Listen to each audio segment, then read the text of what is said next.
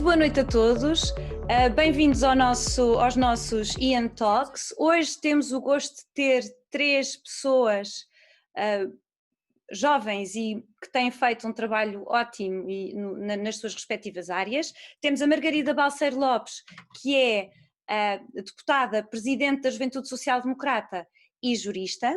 A Laura Lisboa, que é licenciada em Física e estudante de mestrado no Instituto de Estudos Políticos, onde também é grader, e o Francisco Abreu Duarte, que já passou por vários sítios, pela presidência do Conselho de Ministros, pela ONU, Parlamento Europeu, e é atualmente doutorando no Instituto Universitário Europeu. Boa noite aos três. Boa noite. Obrigado, Inês. Boa noite. Muito bem, Margarida, eu ia começar contigo.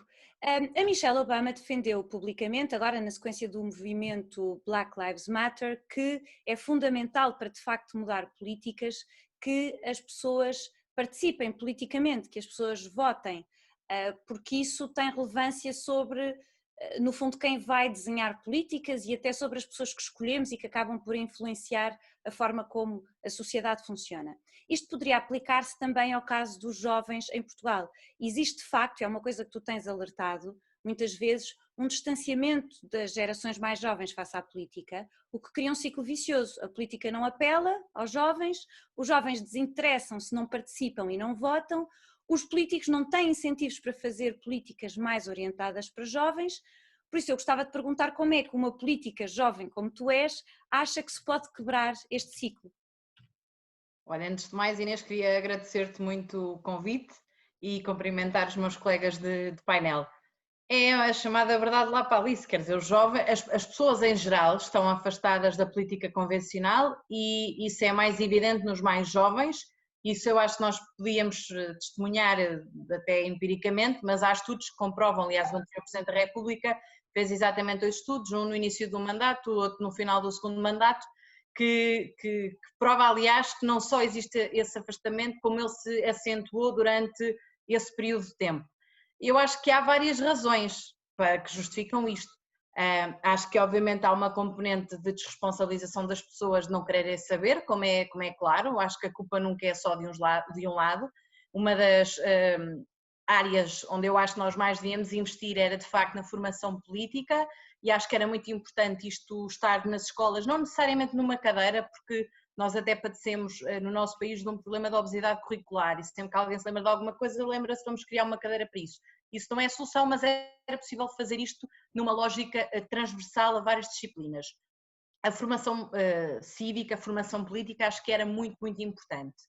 Por outro lado, há obviamente maus exemplos que na classe política ao longo dos últimos anos permitiram que isto acontecesse e permitiram, eu estou a ser até bastante simpática na terminologia.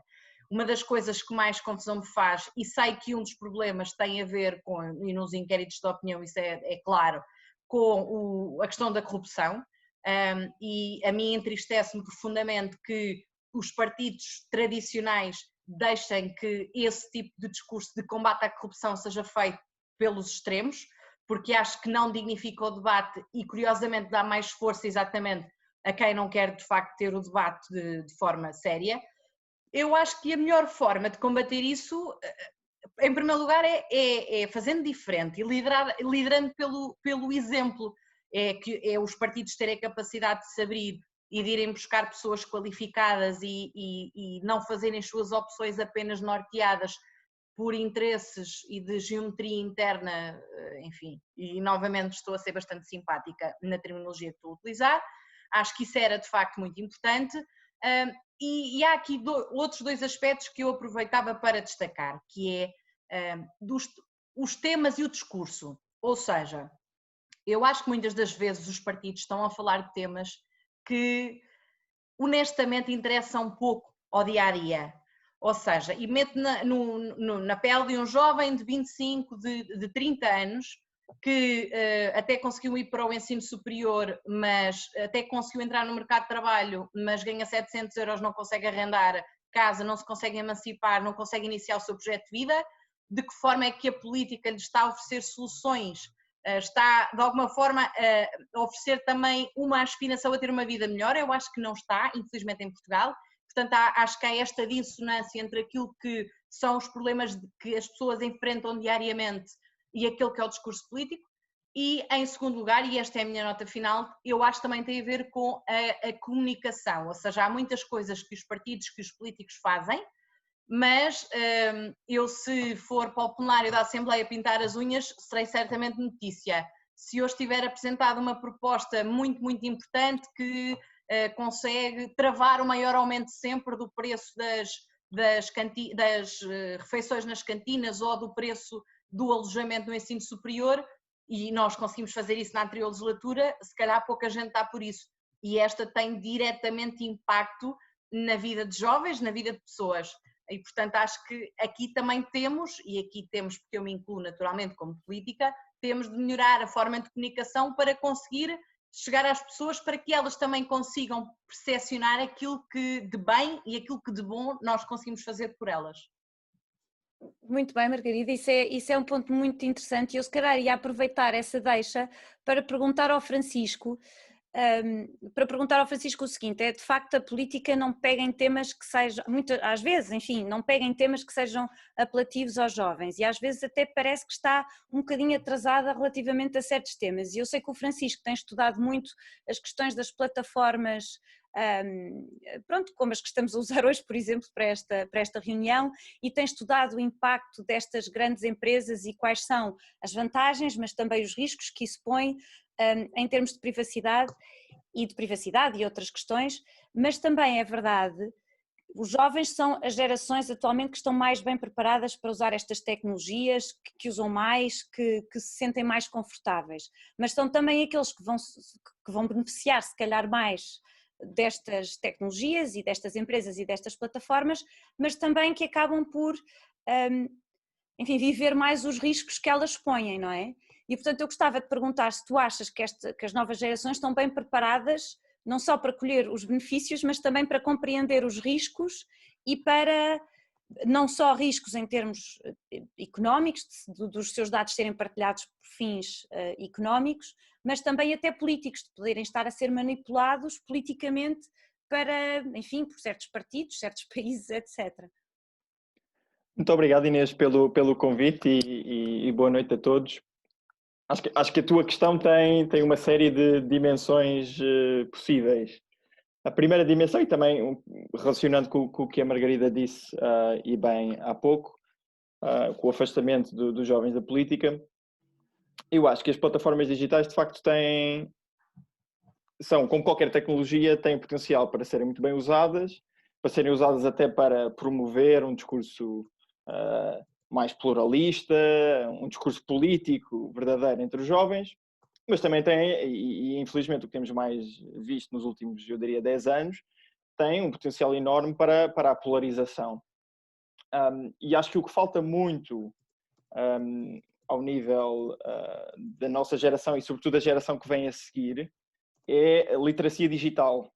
E isto liga-se, obviamente, também ao que a Margarida dizia em termos de aproximação da política dos jovens através da educação, etc. Mas eu arriscaria mesmo a dizer que a literacia digital devia ser uma prioridade da política dos próximos 10, 15 anos. Porque os riscos de termos uma geração que usa a tecnologia, mas está absolutamente desligada dos riscos que essa tecnologia tem, pode condicionar para sempre o discurso político. Obviamente que a polarização, as fake news, etc., não são temas originais do século XXI, nem tampouco são temas originais da revolução digital, mas a verdade é que plataformas como o Twitter, como o Facebook, e eu até diria fora da esfera da liberdade de expressão, mas também na esfera comercial, como eBay, Amazon, são plataformas que vivem, o seu core business é, de facto, os nossos dados e a polarização desses dados. Portanto, interessa ao Facebook, de facto, as pessoas estejam umas contra as outras, porque eles vivem disso. Enquanto mais pessoas estiverem num debate aceso no Facebook, dentro das suas cápsulas, dentro das suas bolhas de pensamento, mais possibilidades eles terão de arrecadar dados e com esses dados depois vender para micro-targeting, de anúncios, etc. Portanto, eu acho que a primeira dimensão é a literacia digital. Depois há uma segunda dimensão que é o efeito que estas plataformas estão a ter diretamente na política. E isso acho que é evidente e certamente que a Margarida O exemplo que a Margarida deu, estar a pintar as unhas no Parlamento Europeu, no Parlamento Nacional. Completamente aleatório, isto nunca aconteceu. Pronto. Mas podia ter acontecido e também não havia nada, quer dizer, qualquer pessoa que está no seu local de trabalho, mais cedo ou mais tarde, eu não diria pintar as unhas, mas tira um momento para si próprio. Mas independentemente da natureza da conduta, o facto das redes sociais existirem, seria imediatamente essa atuação da Margarida, além dos jornais, seria amplificada ao máximo por essas redes sociais. Portanto, há aqui um fenómeno de bola de neve que torna a política quase num show de vaidades e de tentativa constante de descobrir, ok, a Margarida agora fez isto, o deputado Carlos Coelho, quando estava no Parlamento, fez isto, e há um recorrente, quase um ciclo vicioso de olhar para o passado e ver, ok, o que é que esta pessoa que está agora a entrar na política fez ou disse. Eu lembro quando alguns juízes do Tribunal Constitucional foram eleitos, houve uma série de pessoas que se juntaram nas redes sociais para ver, ok, o que é que este tipo disse antes que nós podemos utilizar para agora o condenar na praça pública. E, portanto, este tipo de política com poucos valores, etc., só é possível hoje em dia porque, de facto, existem estas novas tecnologias. Não quero alongar mais sobre as soluções, acho que depois vamos falar mais sobre isto, mas eu diria que os dois grandes desafios são polarização, sem dúvida, e depois literacia digital um bocadinho para combater essa polarização. Muito bem.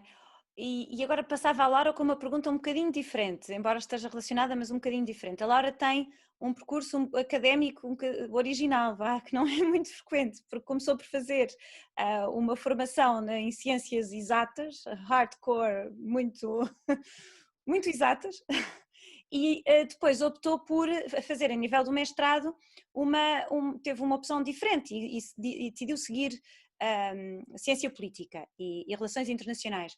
E isto é engraçado porque cria, no fundo, está a fazer uma formação muito multidisciplinar, que é interessante.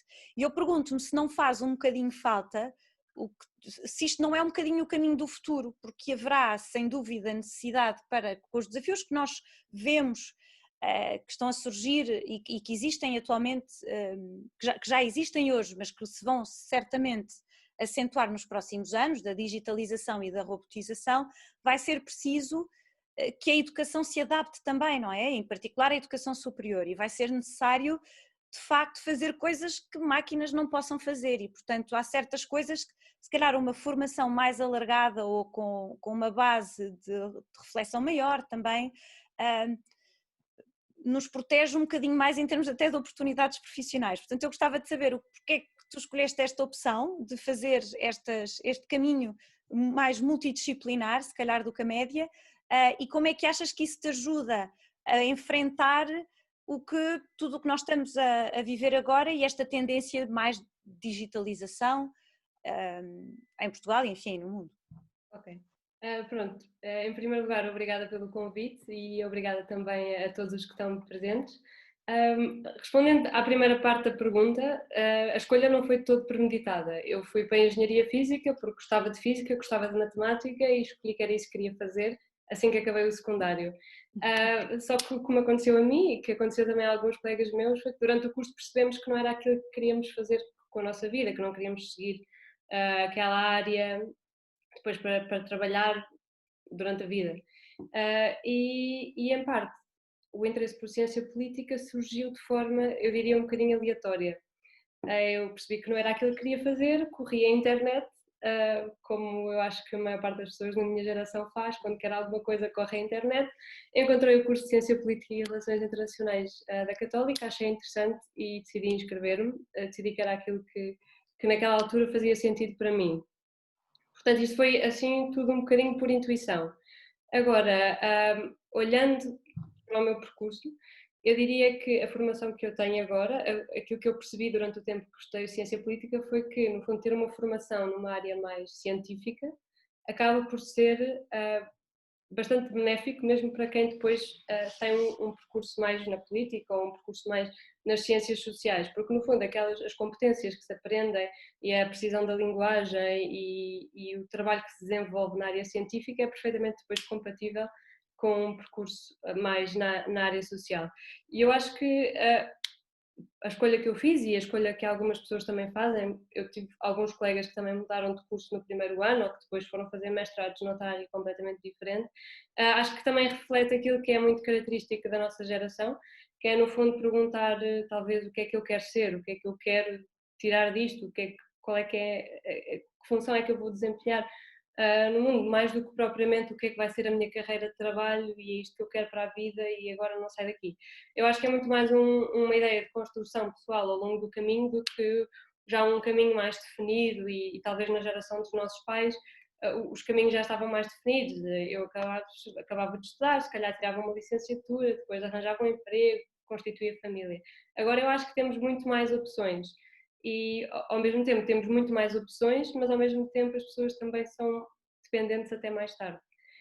E eu diria que em parte esta dificuldade em ser independente, acho que também é uma característica portuguesa, talvez, tanto pela parte cultural como também pelos recursos financeiros. Eu vivi na Alemanha um ano antes de começar a faculdade e depois quando entrei para a faculdade tive amigos meus que me vieram visitar e ficaram chocadíssimos de eu viver em casa dos meus pais. Eu morava a 10 minutos a pé da faculdade e eles ficaram, mas como assim, tu não sais de casa? E eu fora 10 minutos da faculdade, eu ainda lhe tentei explicar que havia colegas meus que moravam em Cascais e que vinham todos os dias de Cascais para Lisboa. Pronto, isto para dizer que, talvez indo ao segundo ponto, eu acho que ter uma formação mais ampla e ter uma formação que dê, no fundo, aquilo que em inglês chamam maior scope, acho que depois permite, quando uma pessoa se especializa numa área mais concreta, que é eventualmente o que eu terei que fazer no futuro, acho que depois acaba por enriquecer aquilo que é a especialização nessa área mais concreta, mesmo que no início parece que a pessoa anda assim meio sem rumo e agora faz isto, agora faz aquilo, de repente tudo se conjuga e não só abre mais portas, porque por um lado há empregos que eu posso ter que, por exemplo, em que procurem alguém com formação em matemática, por exemplo, e também coisas mais relacionadas com ciência política e relações internacionais. Portanto, muito bem, muito bem. Eu ia aproveitar uma coisa que tu disseste que havia mais oportunidades, não é? Que tu sentias que o mundo, o que vocês, no fundo, que a maioria das pessoas que estão agora a acabar o curso, o mestrado, têm uma visão de não seguir um caminho exatamente já definido, mas ir fazendo um caminho de valorização pessoal que depois também se transmite para o trabalho. Eu acho que uma parte importante disso tem passado, e tu referiste isso também, pelas relações com estudantes de outros países, pela mobilidade, que há uma muito maior mobilidade.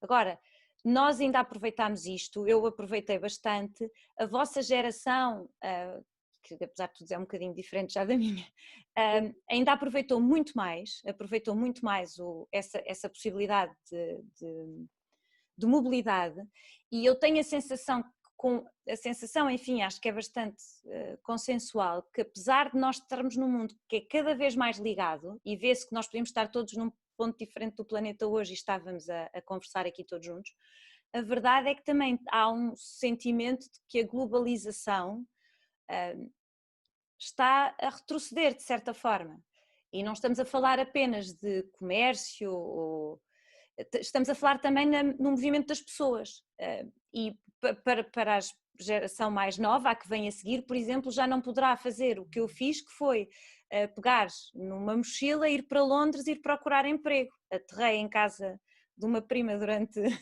3 meses, encontrei emprego, arranjei casa e estava feito. É uma coisa que será muito... Pronto, já não é possível fazer com a ligeireza que eu fiz, e também se calhar não será possível viajar e trabalhar e estudar em países diferentes, tanto como tem sido possível até agora.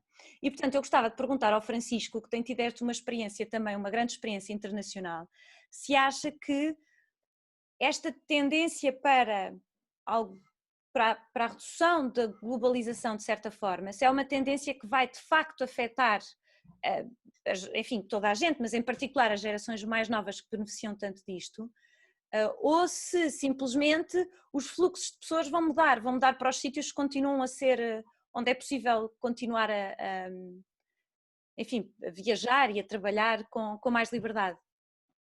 Ou se vamos recuar para uma altura diferente em que as pessoas ficavam, pronto, no seu país e era assim. Acho que o ponto da globalização é um ponto interessantíssimo, Já era interessante antes do Covid e agora no pós-Covid tenho a certeza que será a grande dúvida de futuro.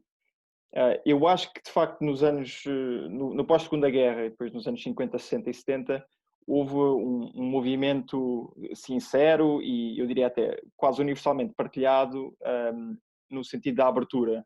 Essa abertura, como disseste, não era só económica, começou por ser económica e o projeto da União Europeia é um bom exemplo de como essa abertura se traduziu primeiro numa dimensão económica, mas depois, nos anos 60 e nos anos 70, era verdadeiramente uma abertura de pessoas, não é? E projetos como o Erasmus e outros tipos de projetos de mobilidade nos Estados Unidos, etc., traduziam um bocadinho essa... Havia propriamente uma ambição interessante, quase culturalmente, sociologicamente interessante, de abertura do mundo. O que vemos agora, e houve uma geração, e há uma geração muito interessante que beneficiou disso, que até é uma geração, eu diria, acima da tua, Inês, aliás, bem acima da tua, pessoas que beneficiaram de programas de grande intercâmbio cultural e sociológico. Estou a pensar, por exemplo, no caso do Viktor Orban, e que depois chegam a um determinado momento da sua vida e regridem na sua visão cosmopolita do mundo. E, portanto, eu acho que neste momento, e não querendo ser pessimista, esse movimento interessante, ambicioso, muito ligado à universalização dos direitos humanos, está claramente em descida acentuada e não sei se numa morte quase iminente. Não sei se a próxima geração, ou seja, a geração já a seguir à nossa, vai sentir isso, mas certamente que a geração de países do leste que nasce agora e a geração que lhe sucederá encontrará, pelo menos ao nível da União Europeia, uma Europa completamente diferente. Uma Europa onde polacos e húngaros não vão estar a partilhar casas e copos e discussões interessantes na Alemanha, onde a Laura esteve e eu também estive, ou noutros países. Ou seja, esse tipo de intercâmbio que era crucial para o projeto, não só para o projeto europeu, mas para o projeto da globalização enquanto projeto cultural, acho que vão deixar de acontecer. Aliás, agora a União Europeia tentou fazer esta coisa, eu acho que interessante, de garantir que as pessoas que fazem 18 anos, os cidadãos europeus que fazem 18 anos, têm acesso imediato a um bilhete de Interrail, no fundo, a mesma lógica cosmopolita de irem quase pegar uma mochila às costas, não digo ir para Londres trabalhar, mas pelo menos passarem um mês a visitar vários sítios e a conhecer várias culturas. Mas é já um esforço claramente de nós estamos a perder a batalha para os nacionalismos. E acho que, curiosamente e paradoxalmente, as redes sociais, ao mesmo tempo que nós estamos aqui todos a falar, até de pontos diferentes do mundo, o tipo de informação que nós recebemos é altamente segmentado. E altamente segmentado aos nossos interesses. Portanto, se houver uma onda nacionalista que saiba aproveitar, e aqui estou a pensar outra vez no caso do Orban, mas também no caso do Brexit e no caso de Donald Trump, que saiba aproveitar as redes sociais para o fecho, então essa globalização toda que as redes sociais prometiam, com primaveras árabes, etc., é facilmente invertida ou redirecionada para os nacionalismos. Portanto, para responder diretamente à tua questão, não estou muito confiante que não acho que seja já a próxima geração, mas acho que a geração que 2010, 2015, uma geração onde já está plenamente integrada nas redes sociais, vai ter uma visão do mundo segmentada e polarizada e tendencialmente a sua reação instintiva será de voltar-se o mais possível para o Estado-nação, etc. Agora vamos ver o que é que a União Europeia faz para combater isto. Eu não estou muito crente. Obrigada, Francisco. Pois são riscos e eu queria falar sobre outro que a Laura referiu há bocado. Ia perguntar-te, Laura, tu disseste que os jovens sentem cada vez mais, enfim, tendo esta visão de irem ganhando competências e de serem um bocadinho, enfim, pensarem talvez um bocadinho de uma forma diferente das gerações anteriores, também são mais dependentes durante mais tempo. Isto é um caso, estavas a dizer que era uma questão só mais portuguesa, eu acho que é uma questão de alguns países, incluindo Portugal, e países também que se marcam não só por uma questão cultural, mas também que são marcados por foi uma observação que eu fiz há uns tempos e que me preocupa muito, que é, se nós olharmos agora no primeiro trimestre de 2020 e compararmos o PIB atualmente com o que o PIB era no enfim, no ano 2000, tá? Portanto, estamos a falar verdadeiramente da geração millennial, não é? Em Portugal, a taxa de crescimento média para a geração millennial foi 0,5% ou 0,6%, que é uma miséria, é uma estagnação. A Itália ainda é mais trágico, reparem que no caso da Itália, onde, por sinal, os jovens também ficam, aliás o Francisco deve saber isto, se calhar não no Instituto Universitário Europeu, mas ficam de facto muito mais tarde em casa dos pais. Na Itália, neste momento, o PIB é inferior ao que era em 2000, no ano 2000. Portanto, de facto, perdeu-se prosperidade, é trágico. E, portanto, é o caso de Portugal, é o caso da Grécia, também sofreu muito, é o caso de Itália, mas também é o caso de França. Em França também, enfim, os últimos 20 anos também não correram muito bem. E, portanto, há vários países que sofreram bastante com isso. E, naturalmente, em países como Portugal, em que o mercado de trabalho é rígido, é bastante rígido, a Itália também é um bocadinho verdade, o que acontece é que, tipicamente, os mais jovens são aqueles que têm mais dificuldade em entrar no mercado de trabalho. Sobretudo quando a economia não cresce. E, portanto, isto acaba por ser um jogo de soma nula. Para eu entrar, alguém tem que sair. Em vez de ser um jogo de soma positiva, que é o que normalmente nós, a economia, aprendemos que a economia cresce sempre um bocadinho, nós estamos há 20 anos num jogo de soma nula, em que para alguém entrar, alguém tem que sair. E, portanto, o que eu gostava de saber era o que é que tu achas, o que é que tu vês, se tu sentes isso, ou se de facto, porque vocês aqui, todos os que estão aqui nesta conversa hoje, são pessoas que também já têm uma formação, que, enfim, cada vez mais jovens têm acesso, mas nem todos, não é? Mas se tu sentes algumas, enfim, se sentes restrições, ou se de facto para pessoas com melhor formação isso não é um problema. Ou, portanto, achas que sim ou que não, que é um problema para o teu, enfim, para entrar no mercado de trabalho e para o teu futuro profissional?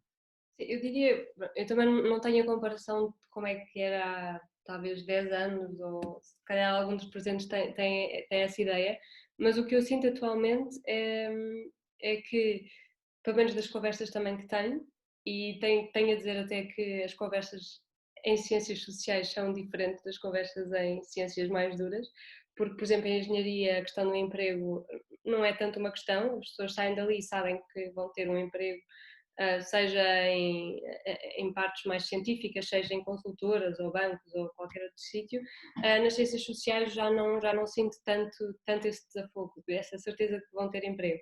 Pronto, o que eu sinto em relação à questão da independência é, quando eu digo que era português, eu acho que também, ou seja, é cultural, mas acho que também depende dos incentivos que são dados.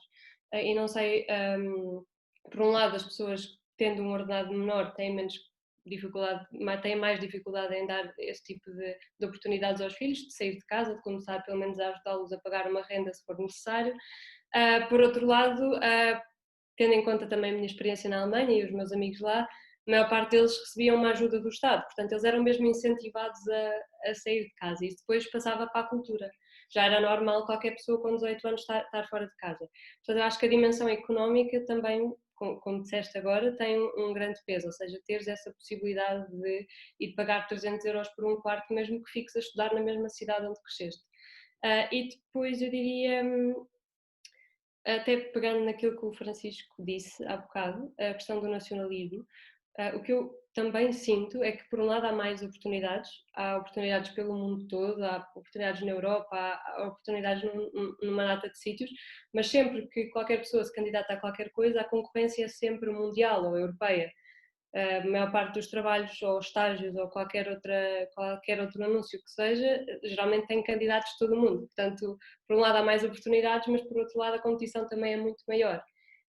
E isso acho que exige às pessoas que se diferenciem mais e que arranjem mais particularidades no seu percurso que façam, no fundo, essas pessoas valerem-se por si. E nesse sentido eu acho que há talvez dois tipos de pessoas. Isto já foi muito debatido, aquela ideia dos somewheres e dos anywheres, mas basicamente há pessoas que nascem em cidades geralmente marítimas e grandes cidades e que têm a possibilidade de estudar e ter uma abertura ao mundo diferente daquelas que às vezes nascem em meios mais pequenos e que têm perspectivas diferentes.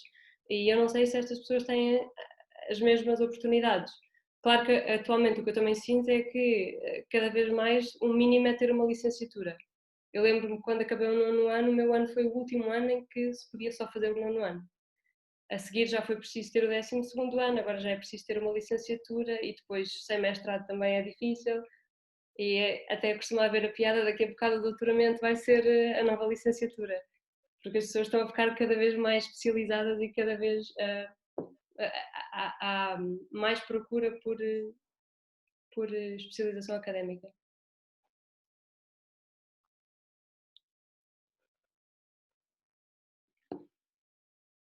Margarida, eu ia aproveitar esta deixa. A Laura falou aqui de várias coisas interessantes e é verdade que nós temos, e tu tens falado muito sobre isso, aqui em Portugal é verdade que a geração atual é a geração mais qualificada de sempre. E isso vê-se nos dados, não é? Que nós, face à União Europeia, quando o gap na educação, por exemplo, terciária, portanto de secundária ou superior, era para a geração antes de mim, estávamos para aí a metade do que era a média da União Europeia, neste momento já estamos a 3/4, portanto tem havido um progresso muito grande e esta é a geração mais bem formada. Mas também é verdade que continua a haver um gap na formação, tanto a nível do acesso às oportunidades de educação, como até a nível da qualidade em alguns casos, tal como é medido pelo índice os índices internacionais, o índice de PISA que mostra, por exemplo, a literacia e a capacidade matemática, etc., dos alunos de 15 anos. Portanto, o que eu gostava de saber é, na tua opinião, o que é que se pode fazer para nós, de facto, fazermos com que os mais jovens consigam acabar com este gap que existe face à média europeia. Idealmente até devíamos estar acima da média para conseguirmos convergir, mas como é que nós podemos fazer, nem que seja só para fechar isto? Porque andamos há 20 anos a 75% da média do PIB e continuamos, ainda há um gap também na educação, portanto se calhar isto ajudava até à prosperidade. É verdade, e eu estava a ouvir o que a Laura dizia, basicamente a questão do sítio onde nós nascemos, e uma das situações mais injustas e mais revoltantes que eu acho que continua a acontecer em Portugal é que o sítio onde nós nascemos ou a nossa família continua a contribuir para que de alguma forma se defina aquilo que nós vamos ser no futuro. Podíamos usar números, que se os meus pais tiverem elevadas qualificações, eu tenho 67, ou eu, neste caso ensino superior, tenho 67% de probabilidades de ir para o ensino superior, se tiverem baixas qualificações eu tenho 10. O sítio onde nasce também é relevante, o sítio geograficamente falando. Eu acho que a Inês fazia alusão um bocadinho à diferente qualidade que existe em diversos estabelecimentos escolares, mas posso dar o exemplo, uma criança que nasce no concelho de Vimioso não tem ensino secundário na sua terra, portanto das duas uma, ou faz 2 horas de autocarro e portanto se levanta às 6 da manhã, e eu conheci algumas destas crianças, vão com 12, com 13, com 14 anos viver sozinhos para o concelho de Bragança e ao fim de semana é que vêm os pais. Isto para alguém de 18, 19, 20 anos não choca, para uma criança de 12, 13 anos, eu confesso, e eu não sou mãe, a mim chocou-me. Portanto, o sítio onde nós nascemos, infelizmente, continua a ditar aquilo que nós vamos ser. E o melhor e o maior elevador que nós podíamos ter era, de facto, na educação. Mas acho que devemos olhar para a educação nos seus vários níveis e não é começar no primeiro ciclo, começar no pré-escolar. O CDE, em 2018, fez um relatório precisamente sobre mobilidade social e dizia aquilo que toda a gente já sabe, que é nós somos um país brutalmente injusto, a pobreza multiplica-se e não sei se te lembras, Inês, até temos discutido sobre isso, aquele conceito de piso pegajoso, não sei se é bem assim a tradução em português, basicamente isto foi o diagnóstico. Uma das soluções apontadas para arranjar o elevador era apostar fortemente na educação pré-escolar. Continua a não haver cobertura no país inteiro. E aqui já não são tanto os concelhos do interior, mas são, por exemplo, concelhos do litoral, por exemplo, Lisboa. E eu vou partilhar este caso. Uma pessoa que nós conhecemos, que por acaso nem sei se estavas presente nesta conversa, tem 3 filhos. 2 de 4 anos são gêmeos e 1 de 2. E paga 2.300 euros por creche e por pré-escolar. E eu perguntei-lhe, mas 2.300 euros, eu acho que é uma brutalidade, acho que todos reconhecemos isso. E eu perguntei-lhe porque é que ele não tinha encontrado resposta no público, que era consideravelmente mais barato, ou no limite até gratuito. E ele respondeu-me que procurou, mas que para os 2 gêmeos de 4 anos tinha 1.248 crianças à frente. Portanto, o pré-escolar não é uma realidade. E aqui nós começamos a construir as desigualdades, porque há umas crianças que têm ensino ao pré-escolar e outras que não têm acesso. Sendo que, não tendo acesso, nós vamos acentuar uma realidade que é as qualificações dos pais têm um impacto brutal no desenvolvimento dos alunos. Isso significa que quanto mais tempo tiverem em casa, mais dependentes ficam desse elevado grau de qualificações ou baixo, e portanto estamos a perpetuar as desigualdades sociais. Depois, e olhando já para o ensino obrigatório, e eu acho que é uma das coisas que se calhar mais diferencia os partidos mais de esquerda, que praticamente acabaram com os percursos diferenciadores no ensino obrigatório. Nós não somos todos iguais e não há nenhum problema nisso. Eu acho, aliás, que é uma vantagem o facto de não sermos todos iguais. O que nós devemos ter no ensino obrigatório é percursos alternativos que, de alguma forma, puxem pelos nossos talentos. E vou dar um exemplo. Há um vídeo que me marcou muito, que é de um americano e que fala sobre, basicamente, chama-se Prince, e ele processa o sistema educativo, porque o sistema educativo, e um dos exemplos que ele dá é uma imagem. Se nós dissermos a um peixe que ele tem de subir uma árvore, ele vai viver a vida toda a achar que é incapaz. E nós, ao acharmos que a escola deve ser exatamente igual para todos os alunos, estamos a contribuir para isso. Um dos projetos mais interessantes que eu conheci foi um projeto desenvolvido pelo professor Paulo Turcato aqui de uma escola de Loures. E basicamente ele vai buscar alunos que têm várias retenções, que eram, infelizmente para muita gente, os alunos considerados os casos perdidos, e mais do que disciplinas, tem um projeto em que eles têm de desenvolver um robô. E o robô basicamente tem de ser guia do museu. E aquilo que ele me explicou foi o seguinte: os alunos têm de saber de história, têm de saber de pintura, têm de saber português, mas também inglês, porque o guia, o robô, tem de dar fazer a visita nas 2 línguas. E de repente eu tenho várias disciplinas, as tradicionais, mas de uma forma totalmente diferente e que, neste caso, reduziu a taxa de retenção para praticamente 0%. E eu acho que é sobretudo para isto que a escola devia dar resposta, porque nós podemos obviamente passar todos os alunos administrativamente, mas o que é que nós estamos efetivamente a fazer por eles? Não estamos a fazer rigorosamente nada, porque na realidade, quando e se entrarem no mercado de trabalho, as competências que não tiverem adquirido na escola não vão poder, neste mercado cada vez mais competitivo que a Laura falava, que é uma evidência, não vão conseguir ter as ferramentas necessárias para competir.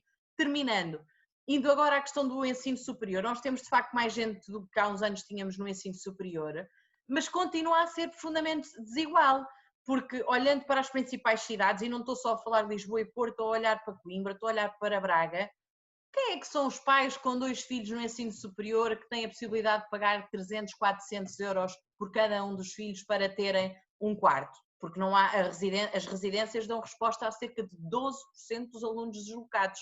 Portanto, não se tem de construir residências em todo lado, como é evidente, mas se o alojamento é o principal obstáculo à frequência ou à entrada no ensino superior, não são as propinas, aquilo que nós temos de garantir é que, ou através de parcerias com a iniciativa privada ou com câmaras municipais, nós temos respostas, sobretudo respostas, mas infelizmente muitas das vezes o problema que nós com o qual nós nos deparamos são preconceitos ideológicos que de alguma forma nos impedem de encontrar soluções para os problemas reais que as pessoas encontram.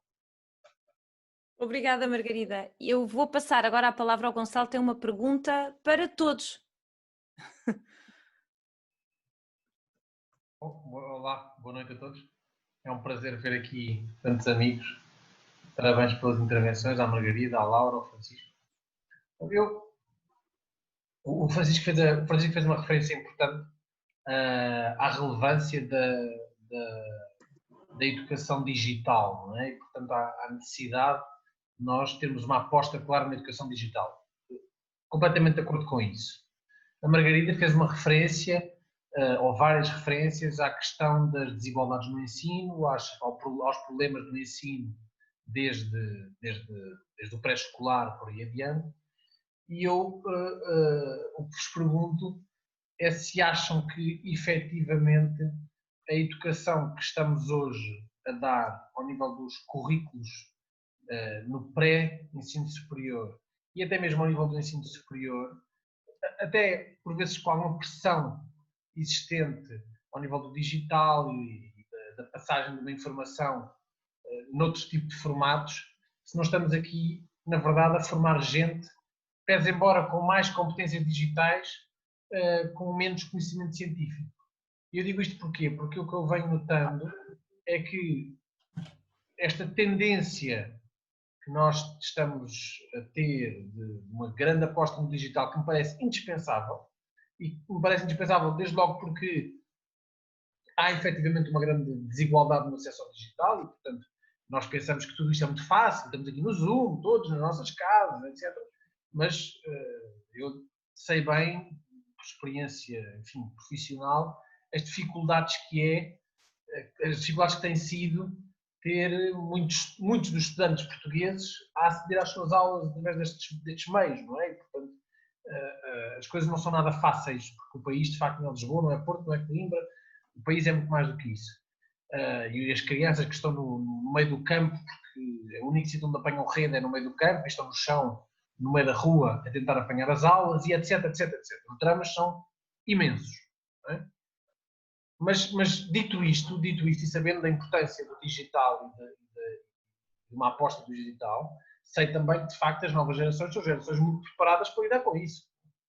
Seja na generalidade, obviamente estas generalizações são muito perigosas, mas, de facto, há uma apetência maior para a tecnologia que não havia há 10, 15, 20 anos. Agora, a questão é saber até que ponto é que isso nos pode estar aqui a encaminhar também, a influenciar uma formação de base nas diversas áreas científicas um pouco mais deficitária. Como nós temos aqui experiências diferentes, a experiência do Francisco é uma experiência de docente também, a experiência da Laura que é uma experiência das engenharias, que nos interessa aqui, a experiência da Margarida, que é uma experiência também vasta, seja ao nível de consultora, seja ao nível de deputada, enfim, e tem aqui uns números sempre importantes para nos apresentar e para nos entalar a todos. E tu, a tesoureira, quando foste presidente da Associação Académica? Tesoureira, na Associação Académica, onde geriu muito bem as contas, faço aqui um público elogio. Mas a minha questão é esta, não é? Porque de facto o que eu tenho notado isso, talvez que seja uma experiência apenas pessoal, mas do que tenho lido também não parece só ser uma experiência pessoal, de facto, até mesmo na aprendizagem, na apreensão de informação e de conhecimento, o que se nota é que há uma enorme dificuldade da comunidade estudantil em geral se manter ligada, nomeadamente a uma aula, por exemplo, não é? Porque de facto a informação que estão habituados a reter é pequena informação, não é? É esta informação flash. São as 100 publicações que nós vemos num minuto no Facebook, no Instagram, noutra rede social qualquer. Isto tem, de facto, há estudos já neste sentido, tem, de facto, uma influência no próprio cérebro, não é? Portanto, nos Estados Unidos já se dedicaram um bocadinho a pensar sobre isso. E, portanto, até que ponto é que nós estamos também, por vários fatores, a prejudicar aqui uma aprendizagem que é uma aprendizagem essencial, seja no direito, seja na engenharia, seja na economia, enfim, nas várias áreas de conhecimento. Não é? Eu tive há pouco tempo uma aula aberta com alunos do secundário em que eu lhes explicava, no fundo, o peso do curso de Direito ao nível do estudo. Antes, quando eu comecei o curso em 2007, era um curso em que a pessoa de facto lia os livros, agora não sei como é que é.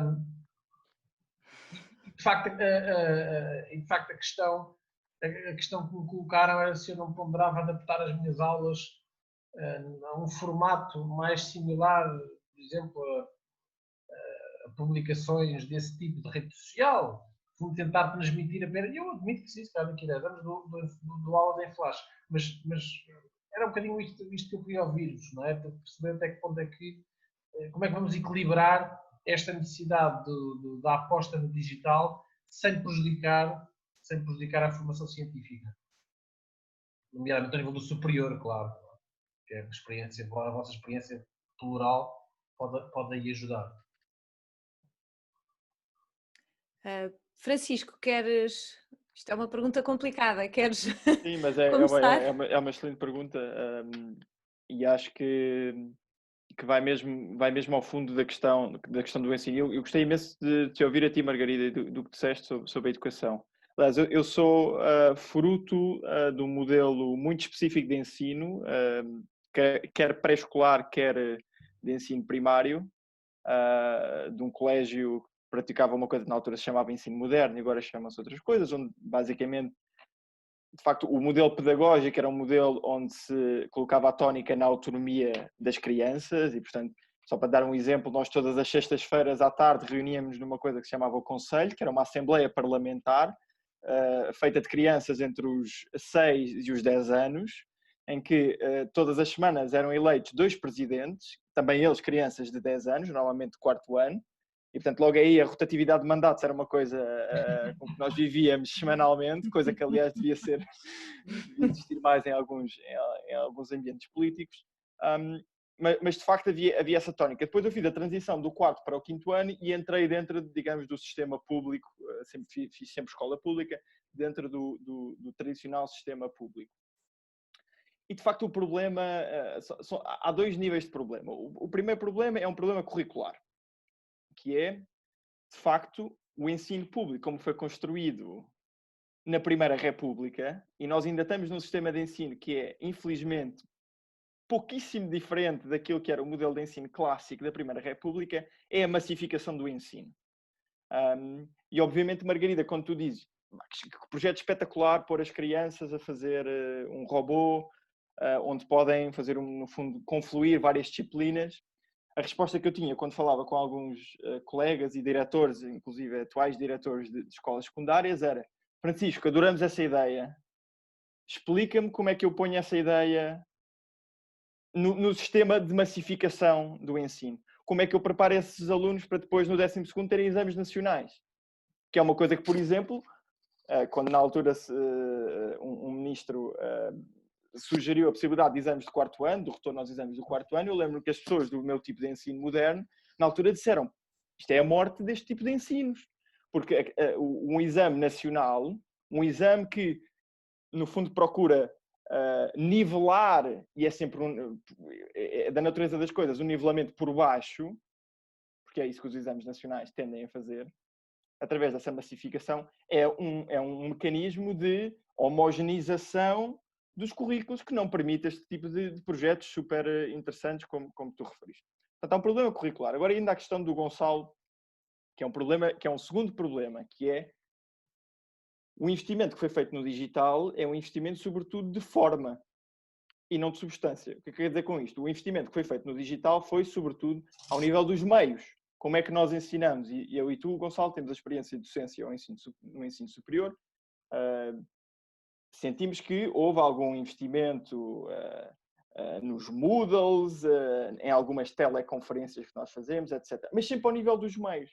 Ao nível da substância, nunca houve verdadeiramente uma alteração da mentalidade. Não há uma alteração do modelo do que é que nós queremos ensinar aos estudantes de Direito. Aliás, não houve quase uma evolução, não só ao nível do Direito, mas de outras disciplinas, na forma como nós ensinamos. E o tipo de informação que as pessoas querem, e esse é que, quando eu digo literacia digital, não é literacia de como é que eu mexo no Zoom. Quando eu digo literacia digital, é verdadeiramente perceber: vale a pena continuarmos a investir num modelo em que, por exemplo, eu no secundário ensino datas, nomes, eventos históricos, que, como tu disseste muito bem, nos Estados Unidos até já se chama o Google Effect, que é a nossa memória está a começar a ficar construída, estruturalmente construída, para abandonar nomes, datas e outro tipo de factos que nós conseguimos rapidamente googlar, por isso é que se chama o Google Effect. Portanto, aquela coisa que eu pelo menos sinto, espero que vocês, Laura e Margarida, também sintam, para eu não me sentir velho, mas que às vezes sabia nomes de artistas e números de telefone e não sei o quê, e agora já não sei nada, parece que já não sei nada. Porquê? Porque a memória ficou seletiva. Agora, eu acho que o nosso grande desafio, Gonçalo, é construir currículos onde temos que aceitar que se calhar não conseguimos perder tanto tempo, porque do outro lado as pessoas não vão estar aptas, eu diria até fisicamente aptas, a captar o tipo de informações, o que é o cursus honorum, etc., que se calhar vão ao Google e pesquisam o cursus honorum, para dar aí uma dica aos teus grandes amigos e a ti próprio de direito romano, mas muito mais perceber, ok, que tipo de competências é que um advogado deve ter, como é que se aborda uma determinada reunião. Já há algum investimento na nossa faculdade, fazendo publicidade na nossa faculdade, neste tipo de soft skills, etc. Mas não há, continua a não haver. E na tua própria pergunta, denota-se um bocadinho isto, um certo desgosto por os novos estudantes não estarem tão aptos como estavam antes a memorizar aquele hardcore law. Eu diria, infelizmente, que nós temos duas hipóteses. Ou continuamos neste grande modelo de nomes, datas, calhamaços, e do outro lado nada vai acontecer, porque eles não vão mudar. Ou então nós vamos ter, de facto, de nos começar a adaptar. E essa adaptação não passa por ensino flash, mas passa por uma mudança fundamental do que é que nós queremos que as pessoas saibam ao final da faculdade. E quem diz ao final da faculdade, diz ao final do secundário, diz ao final do básico, diz ao final do pré-escolar. E, portanto, eu diria que o grande desafio da educação, e este é um desafio, Margarida, que tu deves sentir bem, é como é que nós fazemos um investimento nesta mudança estrutural de currículos em ciclos políticos de 4 anos. E este aqui deixo, certamente sentirás na pele, Margarida, mas é pouco apelativo a qualquer político fazer um investimento no pré-escolar, porque o pré-escolar demora a votar. É da natureza das coisas, demoram a crescer e demoram a votar. Portanto, eu acho que o grande desafio não é só a mudança dos currículos, é ter a vontade política num ciclo de 4 anos para fazer essa mudança. Eu não sei se a Laura ou a Margarida querem acrescentar aqui alguma coisa sobre este tema. Eu tinha 1000 coisas para acrescentar, mas eu certamente não tenho tempo suficiente para isso. Gonçalo, já no nosso tempo havia muitos colegas nossos que não liam os livros. Deixa-me dizer-te isto, que eu acho que tu não saberás. Portanto, isso não é novo. Que não liam os livros e que copiavam. Dito isto, acho que, e respondendo um pouco àquilo que o Francisco estava a dizer, acho que é muito importante exercitarmos a memória. Eu acho que uma coisa não prejudica a outra. E o conhecimento científico não é superado, não é suplantado pela literacia no digital. Em momento algum, eu defenderia isso. Eu acho é que no meio está a virtude, ou seja, e nós tivemos este dilema agora na pandemia. Em muitas escolas era proibido levar os alunos levarem o telefone para dentro da sala, ou usarem o telefone dentro da sala. O telefone ou o tablet. Passámos para o extremo. Sem tablet e sem telefone, não há escola para milhares de alunos. O que é que eu acho que nós devíamos procurar fazer? Era de aprender alguma coisa com a pandemia, e houve coisas terríveis. A FENPROF dizia a semana passada, não sei se estes números são reais, até porque o governo não divulga os números oficiais, dizia que cerca de metade dos alunos não tiveram acesso ao ensino à distância, que eu acho que, se for verdade, é dramático. A verdade é que eu acho que nós devíamos aproveitar as dificuldades que tivemos e procurar a seguir compreender. A FENPROF esqueceu a telescola, senhora deputada. Diz.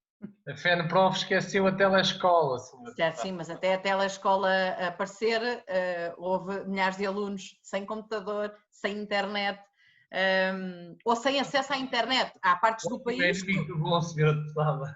Diz. Pois eu sei, naturalmente, mas até lá quem fique para trás, o problema é sempre esse, alunos e professores. Há professores sem acesso a computador ou sem acesso à internet.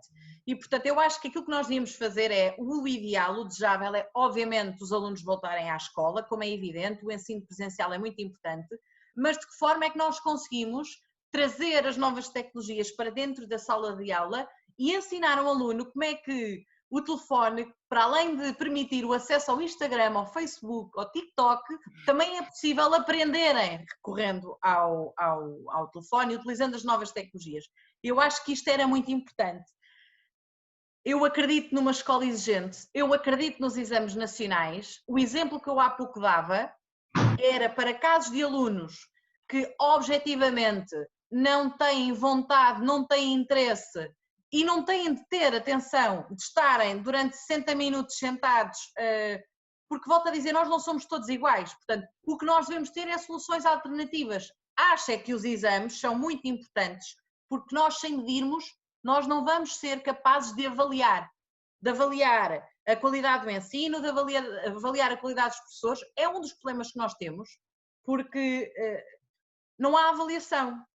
Há uma coisa burocrática e pode-se dar um nome de avaliação, mas não há avaliação dos professores. Isso significa que não há incentivos, e há ótimos professores, mas também há professores medíocres. Não há incentivos aos bons professores.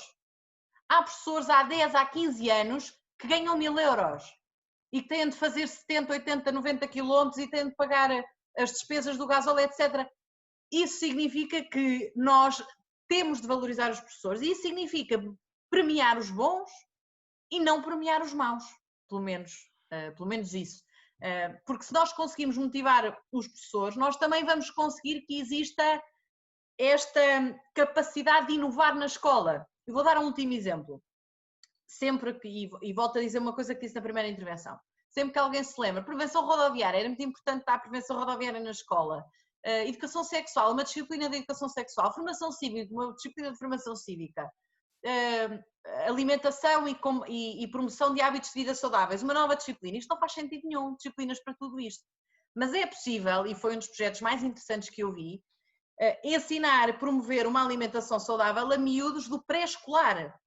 Basicamente através de uma coisa tão simples como o jogo do semáforo, em que os miúdos chegam à escola e apresentam o lanche que trazem. E as professoras, com a ajuda de nutricionistas, pontuam. Portanto, se for saudável, por exemplo, uma peça de fruta, um verde, se for assim, levam um amarelo. Se for um umbilical e um donut, levam um vermelho.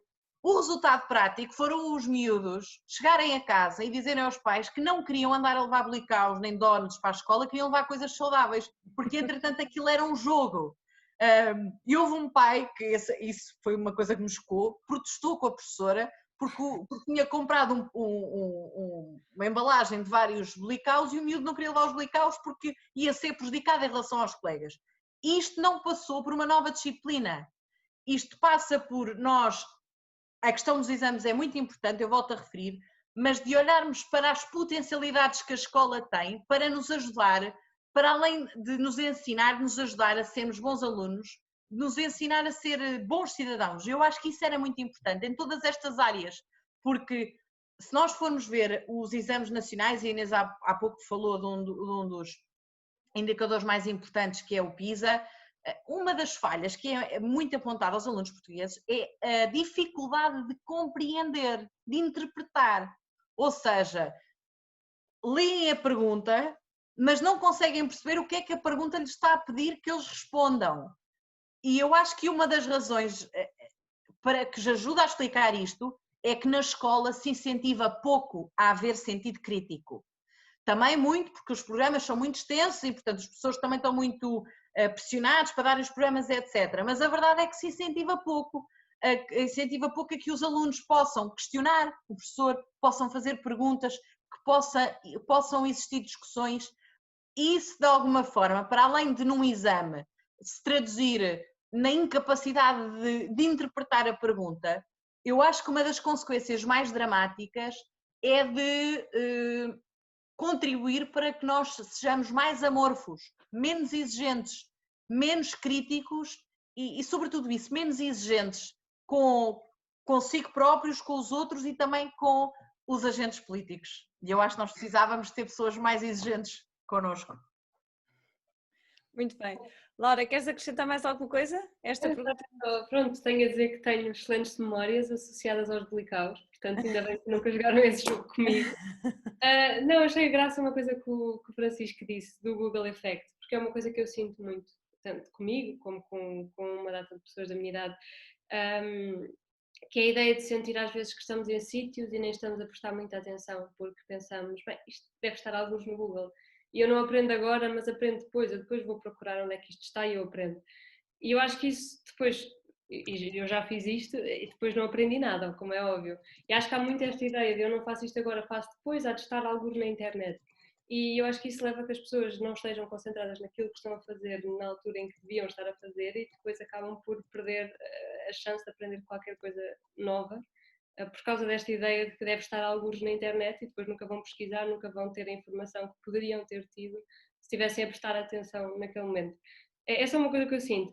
E depois falaram também em mudar currículos. Eu queria também perguntar, em vez de mudar currículos, que é uma coisa que eu calculo que seja muito difícil fazer, especialmente em 4 anos, por exemplo, trabalhar no sentido de dar mais liberdade a cada diretor de escola poder fazer as opções que entender melhor. E, por exemplo, flexibilizar o sistema de moradas, que pelo menos aqui em Lisboa as pessoas vão para a escola de acordo com a sua morada. Por exemplo, porque é que não se começa por aí, em vez de tentar fazer uma mudança estrutural nos currículos, mas simplesmente flexibilizar mais certos aspectos?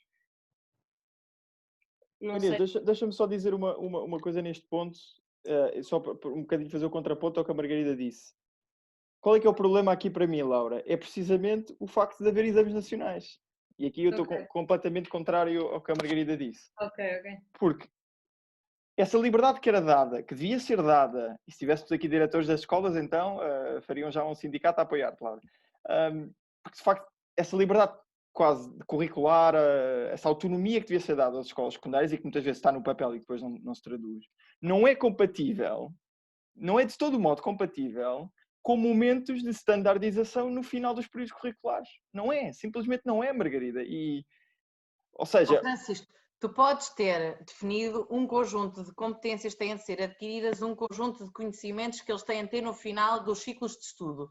O que não significa que tu tenhas de dizer em que mês, de que forma, com que metodologias, com que plataformas, e aí é que deve entrar a autonomia, mas no final do ensino obrigatório deve haver, de facto, um mínimo de conhecimento de acervo de todos os alunos do país. Isso aí parece-me evidente. Até porque eu sei bem qual é a consequência de não haver exames.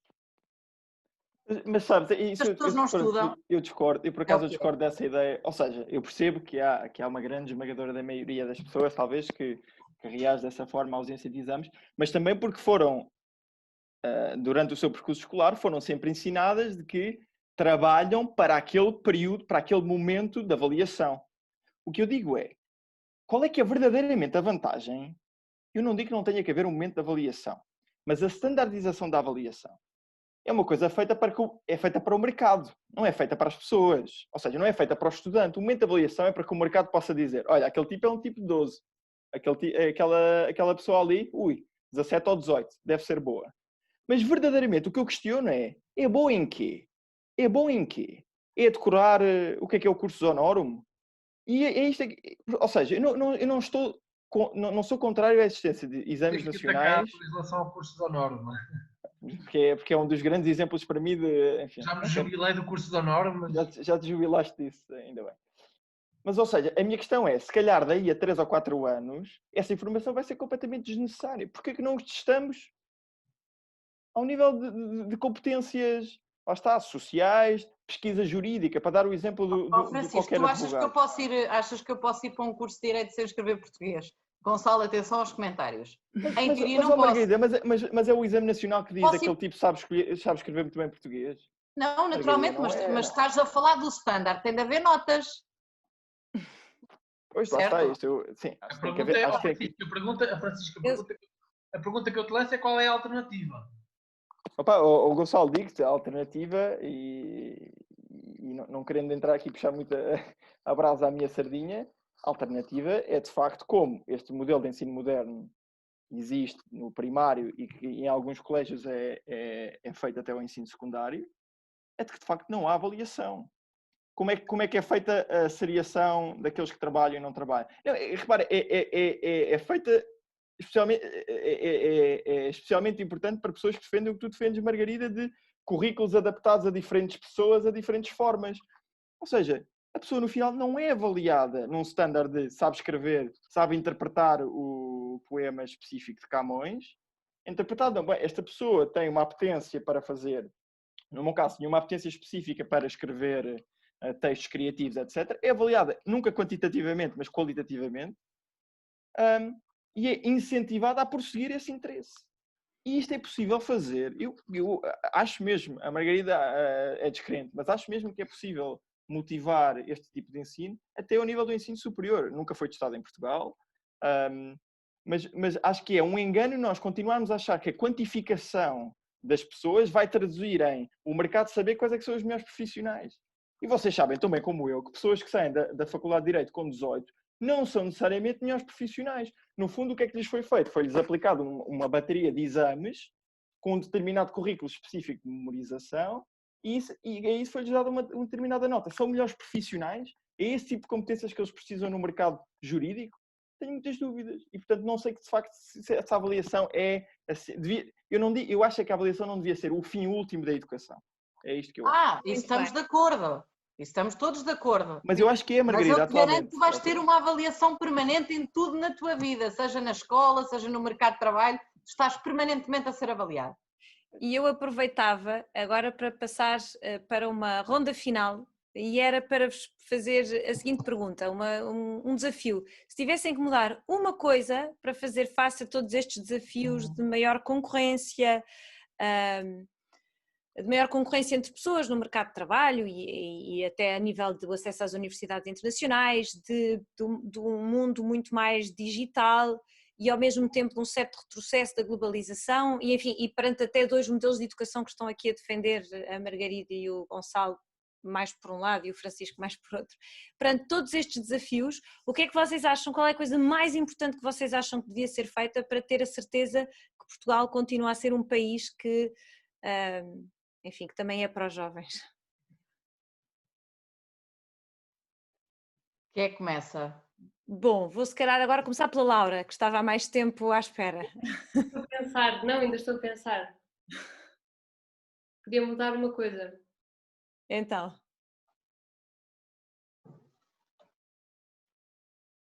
Sim, eu acho que seria mais incentivos às pessoas tornarem-se independentes quando fazem 18 anos. Muito bem. Estou muito bem. Um cheque compra a tua casa, um cheque sai de casa dos pais. Porque eu fiquei chocada quando descobri que os meus amigos honestos todos recebiam X dinheiro por mês. Para a sua vida mesmo enquanto estudavam e os pais eram classe média, não eram pessoas particularmente pobres. É verdade, realmente. Mas, sim, mais incentivos à independência das pessoas assim que atingem a idade. Muito bem. Francisco. Inês, só uma coisa que eu pudesse mudar. Há muitas coisas, claro. Seleciona. Mas, ou seja, eu acentuaria outra vez que eu acho que a mudança que tem que ser feita é na área da educação. Porque acho que tudo o resto, o mercado eventualmente vai se adaptar, sobretudo com a perda de empregos, com o desafio do emprego, com uma série de empregos que vão desaparecer, onde a tónica tem que ser feita da educação tem que ser na adaptabilidade das pessoas, ou seja, adaptar-se a novos desafios, a novas ferramentas informáticas, vai ser uma constante adaptação. E, portanto, eu diria mudar fundamentalmente o ensino baseado na adaptabilidade e não tanto na memorização de conhecimento. Muito bem. E Margarida, por fim? Se fosse assim um desígnio macro, era arranjar o elevador social e aqui já me tive várias coisas. Se fosse uma prioridade apenas para começar, era de facto a cobertura universal mesmo do ensino pré-escolar, porque acho que isso é muito, muito impactante na vida futura de todas as crianças. Muito bem, muito obrigada aos três por terem participado e terem aqui, enfim, feito um debate tão interessante e tão aceso sobre este tema. Muito obrigada aos que nos estão a ver-nos no Facebook e aos participantes aqui no nosso Zoom também, puseram perguntas. Muito obrigada a todos por participarem e até breve. Obrigada. Obrigada.